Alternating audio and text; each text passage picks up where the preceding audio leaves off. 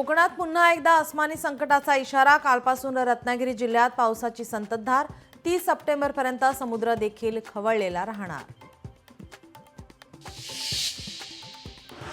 यवतमाळच्या घाटंजी तालुक्यात मुसळधार पाऊस। कोळी गावात सततच्या पावसामुळे कोसळलं घर। दुर्घटनेत सुदैवाने कोणतीही जीवितहानी नाही।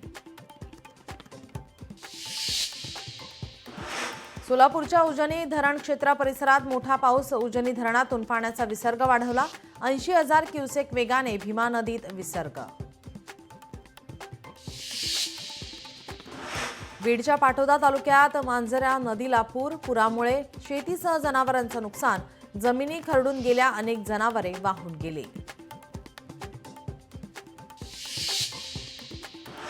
सोलापुरात पुन्हा एकदा दमदार पाऊस। सीना कोळेगाव धरण पाणलोट क्षेत्रात मुसळधार पाऊस। धरणातून सीना नदीत 50,000 क्युसेकने पाण्याचा विसर्ग।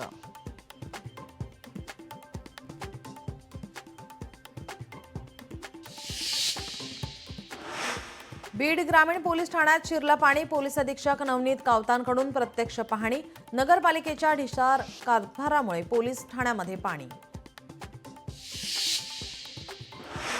धाराशिवमध्ये मुसळधार पाऊस। नदी नाल्यांना मोठा पूर। पुरामुळे अनेक गावांचा संपर्क तुटला। यवतमाळ जिल्ह्यात पावसाची संततधार। 5 लाख हेक्टर पिकांचं मोठं नुकसान। त्वरित नुकसान भरपाई देण्याची शेतकऱ्यांची मागणी। बेलापूरच्या ध्रुवतारा जेट्टीवर दुचाकी बुडाली। दुचाकीवरील दोघांपैकी एक जण मिसिंग। एकाला सुखरूप बाहेर काढण्यात रेस्क्यू टीमला यश।